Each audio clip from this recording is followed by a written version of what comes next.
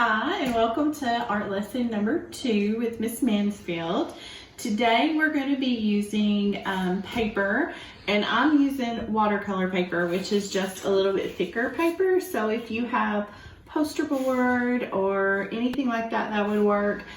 Construction paper would be good, but even if you just have copy paper or notebook paper, you can still make it work. I'm using a few of the watercolors that are in a tube, squirted out into a little tray. If you have a watercolor set, that's great, or if you are using craft paint, markers, crayons, whatever, you can make this activity work. I also have a large circle to trace. Mine is a cereal bowl. You can use whatever you want to make your big circle, and a pencil and a paintbrush. So those are the things that you're going to need today. So today I'm going to be talking about the color wheel and your primary, secondary, and tertiary colors. So just as long as you have anything that makes those different colors, you can use any materials. So I'm looking forward to it. Let's get started. All right, we're going to start with the 3 primary colors, and the 3 primary colors are red, blue, and yellow. And basically what that means is that these 3 colors cannot be made by mixing other colors. They just are. And so when you have those 3 colors, those are like your 3 originals. Think of it that way. And you can use these 3 colors to make all of the other colors. This is where your colors come from. And so if you have watercolors and they're dried up, you just add the water, kind of get it going, and make like a puddle. And when you get that puddle, that is actually the paint you use. If you try to scrape the dry paint all the time, it's going to tear up your brush. It's not going to work. All right, so the secondary colors are when you take any two of these colors and mix them together, and you're going to make a new color. So let's start with yellow. All right, so let's say that I take some yellow and I'm going to add red to it. So if I take yellow and I add red to it, you get orange. And you do have to kind of mix it a little bit and maybe add a little more yellow, but you're going to get the orange color. So you add more yellow to get a yellow orange, add more red to get a red orange. So this time let's start with the yellow again, but this time we're going to add blue. So I take the yellow and I add a little bit of blue to it, and it's going to become green. That blue is pretty powerful, so I'm going to add a little more yellow in there, and it becomes green. And it may not be that green, that bright Kelly green that you want, like a crayon green, but you're going to get a shade of green. And then add the blue that we just had, and I'm going to add some red to it. And you notice that I'm rinsing my brush every time I change colors, because I don't want my colors to mix in my set. I want them to mix on the paper. So when you've mixed your colors, your secondary colors are orange, green, and purple. There you go. All right, so tertiary colors are kind of like that next level. So whenever you make that purple, let's say you have that purple, very nice purple, and you're going to start making it maybe a little bit more of a violet or a little bit more of an indigo. That's when you're going to start getting those tertiary colors more like shades. Can you see how that's kind of a different, almost like a red violet and a blue violet? So that would be a little bit different shade. And so whenever you get into those tertiary colors, you're making kind of those other shades of colors. And so that would be a little more of a yellow, orange, and then same thing with the green. You can make a little bit more of almost like an aqua. So there would be a little bit of your tertiary colors. So I know that a lot of you are probably like, well, I thought tertiary was going to be black and brown and white. And black and brown and white are what we call neutrals. And black is all the colors mixed together. White is the absence of color.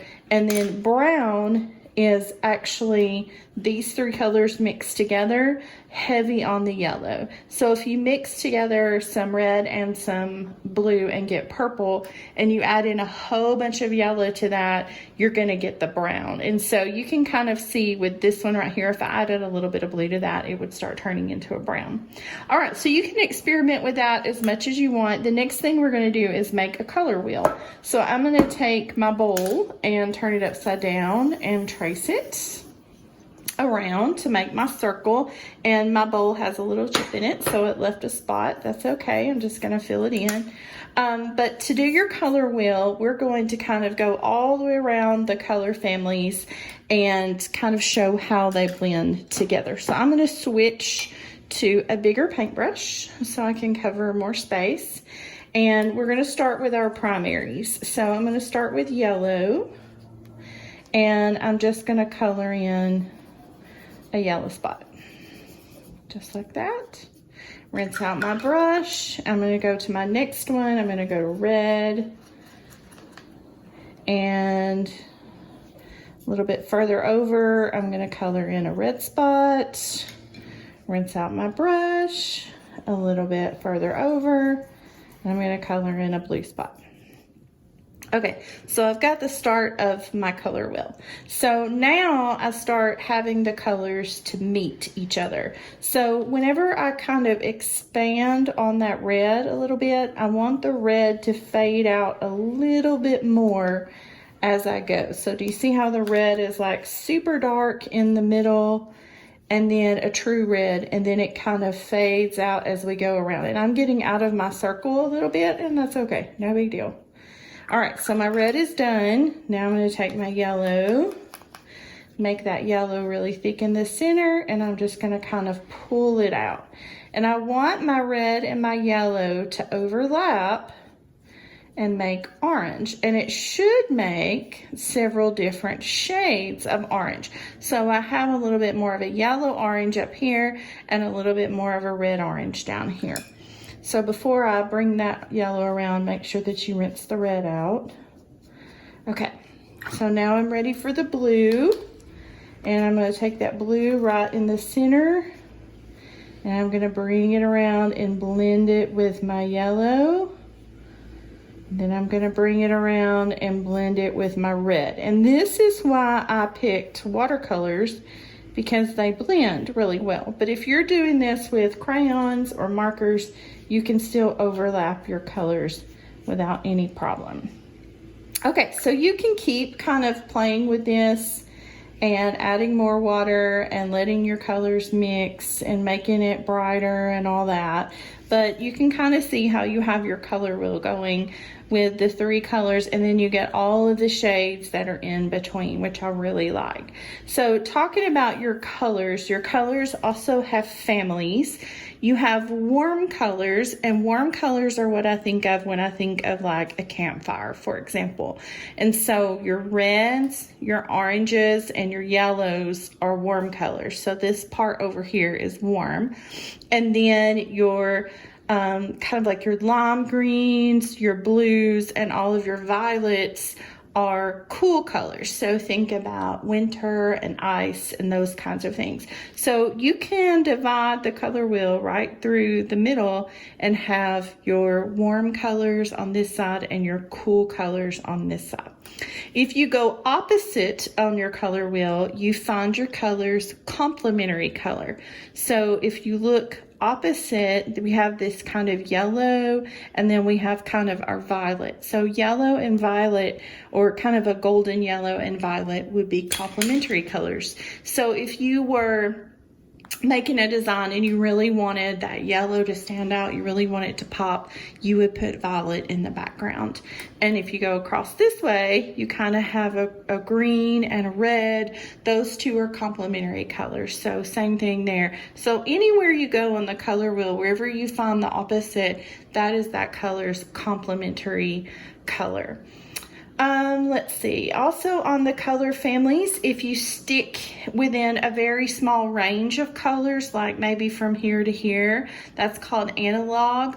And so if you stick with only shades of blue, only shades of yellow, only shades of red, then you are making a very small, very tight color palette, and we call that analog colors.